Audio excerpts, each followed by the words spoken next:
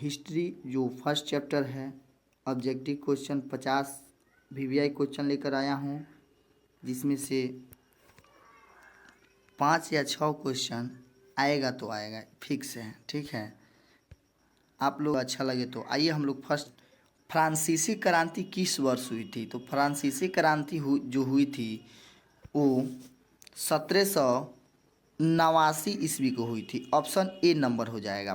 Question number 2 को देखते हैं। कह रहा है क्वेश्चन नंबर 2, फ्रांसीसी क्रांति का मुख्य उद्देश्य क्या था? कह रहा है फ्रांसीसी क्रांति का मुख्य उद्देश्य क्या है? तो फ्रांसीसी क्रांति का मुख्य उद्देश्य था कि स्वतंत्रता, समानता और बंधुत्व का स्थापना करना। ठीक है, आइए तीसरा नंबर क्वेश्चन को देखते हैं। कह रहा है नेपोलियन बोनापार्ट ने फ्रांस में किस वर्ष सत्ता संभाली थी? कह रहा है नेपोलियन बोनापार्ट ने फ्रांस में किस वर्ष सत्ता संभाली थी? तो इन्होंने 1799 ईस्वी में सत्ता संभाला था। ऑप्शन नंबर डी हो जाएगा करेक्ट आंसर। अब आइए 4 नंबर क्वेश्चन को देखते हैं। नेपोलियन संहिता किस वर्ष लागू किया गया था? नेपोलियन संहिता किस वर्ष लागू किया गया था? तो लागू किया गया था 1804 ईस्वी को। ऑप्शन नंबर ए हो जाएगा करेक्ट। 1804 ईस्वी को ऑप्शन ए नंबर हो जाएगा सही। ठीक है, उसके बाद आइए 5 नंबर क्वेश्चन को देखते हैं। कह रहा है नेपोलियन साहित्य का मुख्य उद्देश्य क्या था? तो नेपोलियन साहित्य का मुख्य उद्देश्य यही था कि कानून की समानता करना। ऑप्शन नंबर सी हो जाएगा। ऑप्शन नंबर सी हो जाएगा। अब आइए हम लोग देखते हैं 6 नंबर क्वेश्चन। कह रहा है कि 1815 ईस्वी की वियना कांग्रेस का नेतृत्व किसने किया था? तो किसने किया था? तो ये हो जाएंगे मेजनी, जो पुरानी व्यवस्था के लिए फेमस है। ऑप्शन नंबर ए हो जाएगा मेजनी। वियना कांग्रेस का उद्देश्य क्या था? तो यूरोप में पुरानी व्यवस्था का बहाल करना। ऑप्शन नंबर सी हो जाएगा। अब आइए हम लोग 8 नंबर क्वेश्चन को देखते हैं। राष्ट्र शब्द का अर्थ क्या होता है? राष्ट्र शब्द का अर्थ यही देखना है, अपनी राष्ट्र की संस्कृति और राजनीतिक में पहचान बनाना। ऑप्शन नंबर सी हो जाएगा। ला पात्री और ला सिटोन किस देश के राष्ट्रगान हैं? तो ये हो जाएंगे फ्रांस की राष्ट्रगान। ऑप्शन नंबर सी हो जाएगा। उसके बाद आइए 10 नंबर क्वेश्चन को देखते हैं। कार्ल ब्राहन ने किस देश के एकीकरण की बात की थी? कार्ल ब्राहन ने किस देश की एकीकरण की बात की थी? तो ऑप्शन नंबर सी हो जाएगा, जर्मन देश की। बताइए 11 नंबर क्वेश्चन को देखते हैं। कह रहा है फ्रांसीसी क्रांति के बाद नागरिकों के लिए किस प्रकार की पहचान बनाई गई? तो 11 नंबर क्वेश्चन का सही उत्तर हो जाएगा ऑप्शन सी, राष्ट्र की नागरिक पहचान। अब आइए हम लोग 12 नंबर क्वेश्चन को देखते हैं। नेपोलियन के पतन के बाद यूरोप की नई व्यवस्था तय की गई। नेपोलियन की पतन के बाद यूरोप की नई व्यवस्था तय की गई। तो इन्होंने कांग्रेस, वियना के जो कांग्रेस थे, इन्हीं लोग इसका नया व्यवस्था तय किया था। ऑप्शन नंबर बी हो जाएगा। ठीक है, उसके बाद आइए हम लोग क्वेश्चन नंबर 13 को देखते हैं। कह रहा है जर्मनी का एकीकरण किसके नेतृत्व में हुआ था? जर्मनी का एकीकरण किसके नेतृत्व में हुआ था? तो बिस्मार्क के नेतृत्व में हुआ था। ऑप्शन सी हो जाएगा। अब आइए 14 नंबर प्रश्न को देखते हैं। कह रहा है रेस्ट्रेशन ऑफ मोनाक्रिटी का अर्थ क्या होता है? रेस्ट्रेशन ऑफ मोनाक्रिटी का अर्थ क्या होता है? तो होता है राजा की सत्ता का पुनर्स्थापना करना। राजा की सत्ता का पुनर्स्थापना करना। ऑप्शन नंबर बी हो जाएगा, राजा की सत्ता का पुनर्स्थापना करना। ठीक है, आइए 15 नंबर क्वेश्चन को देखने। कह रहा है फ्रांसीसी क्रांति के दौरान कौन से प्रतीक अपनाए गए थे? राष्ट्रीय झंडा, राष्ट्रगान, नागरिक की पोशाक, इनमें से सभी उपयुक्त सभी हो जाएगा। ठीक है, उसके बाद होता है 16 नंबर क्वेश्चन दिया है, उग्रवाद का अर्थ क्या होता है। इसके बाद नागरिक स्वतंत्रता, ऑप्शन नंबर सी, राजनीतिक और नागरिक स्वतंत्रता, ऑप्शन नंबर सी हो जाएगा। अब आइए उसके बाद देखते हैं 17 नंबर क्वेश्चन को। 1815 में यूरोप को कितने भागों में बांटा गया था। 15 भागों में, 25 भागों में, 39 भागों में कि 10 भागों में, बताइए जल्दी। तो 1815 में यूरोप को 39 भागों में बांटा गया था, ऑप्शन नंबर सी हो जाएगा। अब आइए देखते हैं 18 नंबर क्वेश्चन दे रहा है, क्रांति की लहर कब फैली थी। क्रांति की लहर कब फैली थी। तो क्रांति का लहर जो था 1848 ईस्वी में फैला था। क्रांति का लहर 1848 ईस्वी को फैला था। वो भी कहाँ से फैला था, तो फ्रांस से फैला था। ठीक है, उसके बाद आइए 19 नंबर क्वेश्चन को देखते हैं। फ्रांसीसी क्रांति के दौरान किसने कहा, राष्ट्र राजा नहीं बल्कि लोग होते हैं। किसने कहा, नेपोलियन ने कहा कि एबीसीएम कहा, किसने कहा कि बिस्मार्क ने कहा कि रोबेस्पियर ने कहा।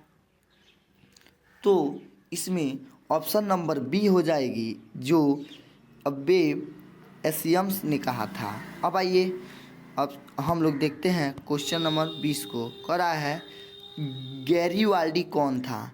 तो गैरीवाल्डी जो था इटली के क्रांतिकारी था। गैरीवाल्डी इटली का एक क्रांतिकारी था। अब आइए हम लोग एकांकिक प्रश्न को देखते हैं, शॉर्ट, एक ही बार में इसका उत्तर दे देना। ठीक है, जर्मनी का एकीकरण कब हुआ था। तो जर्मनी का एकीकरण जो था 1871 ईस्वी को किया गया था। उसके बाद आइए बिस्मार्क किस देश से संबंध रखता था। तो बिस्मार्क जो था पेरिस से संबंध रखता था। ये थी हो गया है, पेरिस होगा यहाँ पे। ठीक है, उसके बाद नेपोलियन की पराजय किस युद्ध में हुई थी। तो वाटुरी के युद्ध में हुई थी। नेपोलियन का पराजय वाटुरी के युद्ध में हुई थी। ठीक है, इटली का एकीकरण किस वर्ष पूर्ण हुआ था। तो इटली का एकीकरण जो है 1871 ईस्वी में पूरा हुआ था।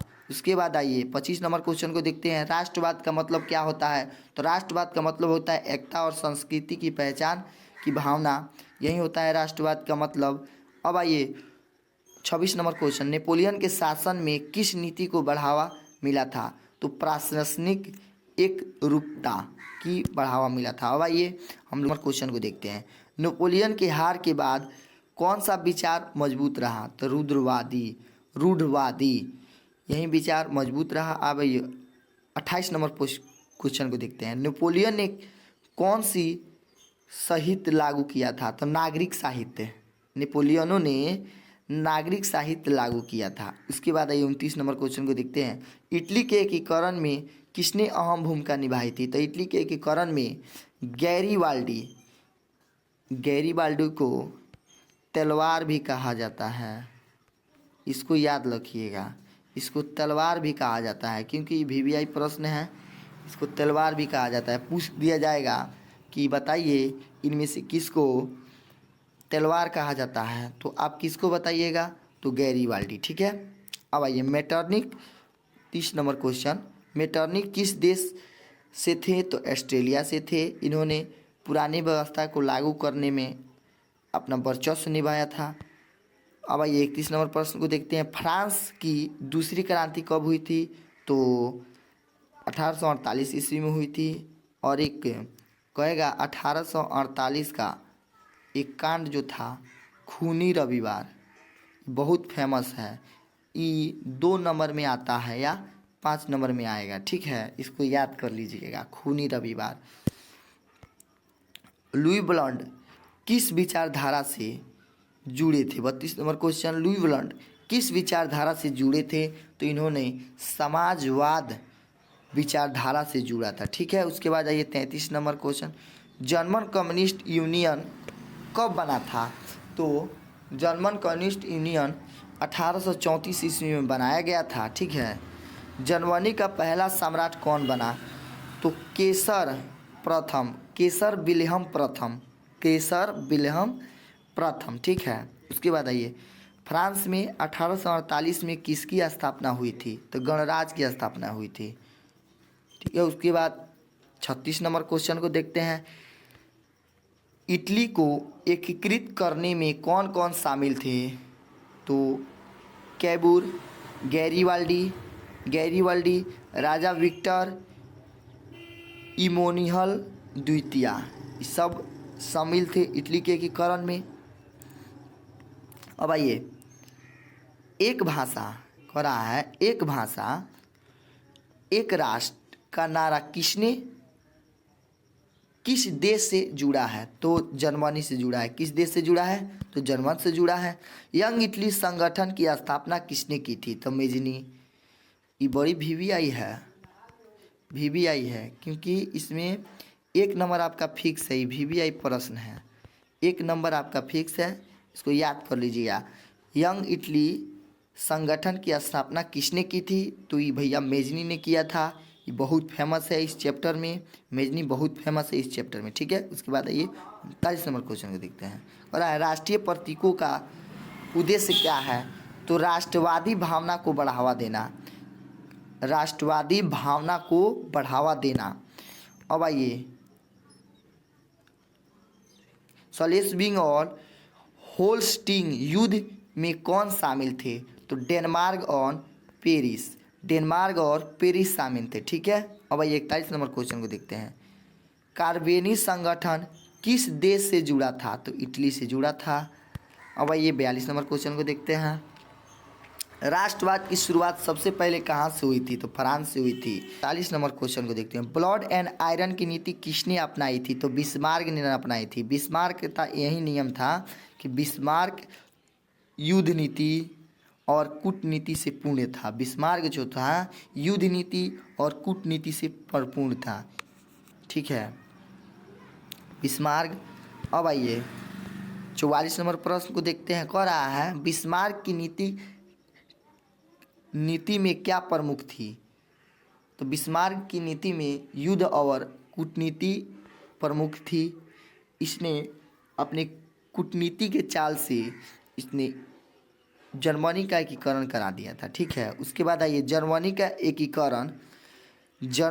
एकीकरण किन युद्धों के माध्यम से हुआ था? तो डेनमार्क का युद्ध, ऑस्ट्रेलिया का युद्ध, फ्रांस का युद्ध। ठीक है। इस सब के युद्ध में अब बिस्मार्क क्या करता था? इन सब से मित्रता कर लेता था और उसके बाद इस पर चढ़ाई कर दिया डेनमार्क से मित्रता करके, और बोला कि ऑस्ट्रेलिया तुमको दे देंगे।